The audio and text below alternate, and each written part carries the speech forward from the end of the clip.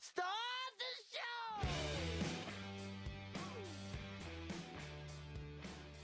show! Our next storyteller is a family man, father of two. He's a comedian out of Asheville, North Carolina. If you've watched any comedy up in Asheville, you may have seen him in the Laugh Your Asheville Off contest. He's been thriving for the last 2 years. And so let's welcome to the stage Art Sturtevant.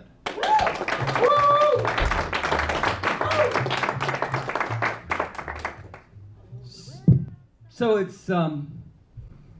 it's Christmas 1991, and I am sitting alone in a Chinese restaurant in Rockingham, North Carolina, feeling sorrier for myself than I have any right to. And what had happened was I had been married for about 6 years, and my wife and I, Leslie and I, had we had a lot of fun together. You know, we had a great time. We giggled like children. We did all sorts of fun things, and we kind of had gotten to a place where we didn't know where we were going, except for everywhere that Kmart transferred me. And the last place they transferred me was Rockingham, and I heard a woo there, and I think it was ironic. And I don't know, it was really tough, and it was tough on us, and we got there, and it kind of fell apart for us. And about, several months after being there, we break up, and we're separated. And so I'm sitting there alone in the restaurant, and I'm feeling sorry for myself.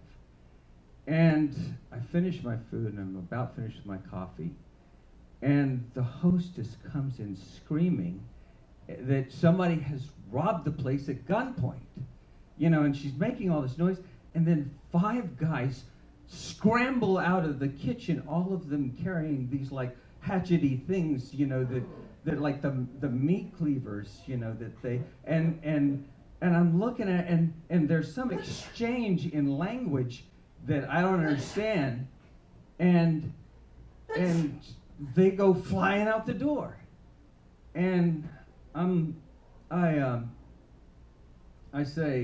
look at the hostess and I say, "Where are they going?" And she says, "They're going after him." And I said, "But he's got a gun." And she goes, and I said, "And they just got those meat cleavers." And she goes, Now there's a lot of things you can say when somebody tells you that somebody's about to chase, a armed robber with 14th century weaponry. You could say, "That's stupid, they shouldn't be doing that," or "Why are they doing that?" What I said was, "I'm in!" And I went and I got in my 1989 Chevy Corsica, and found the guys, rolled down the window, I'm like, "Get in the car." They understood get in the car somehow. And we're scrambling all over the streets around that restaurant, and we're looking for these guys. And I can look at these guys, and I can tell they're really tense. And I can't really talk to them because we don't speak a common language, except for maybe pretend violence. I don't know. But we're doing this, and I look over and I think, are they that tense because they know what's going to happen, they know what they're going to do, or because, like me, they're afraid they're about to become that dog that catches the car? Yeah. But, it was just kind of a weird situation, and we're doing this, and we never find the guy. And what do we expect? Is he going to be like with a black mask and a bag and, running around? And so nothing happens, thank goodness. And we go back to the place, and,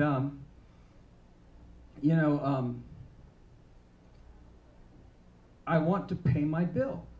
And they're like, "We're not going to take your money."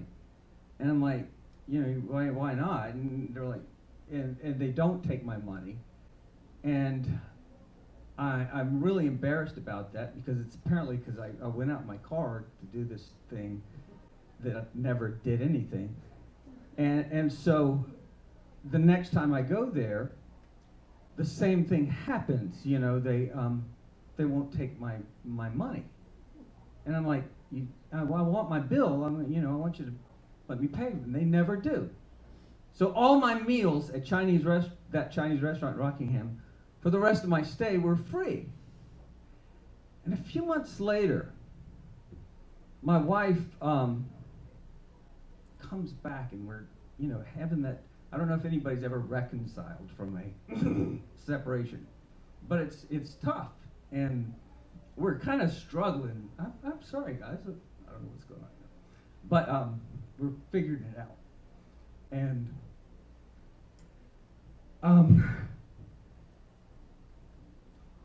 sorry.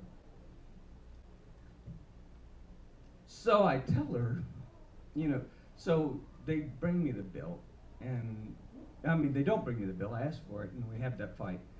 And she says, what was all that about? And I say, I tell her a story. And she says, well, that was stupid. And I say, yeah.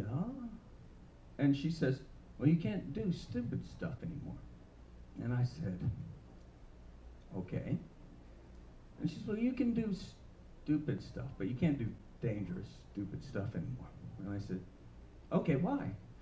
And she says, because I've decided that I want to be a parent, and I want to have children with you.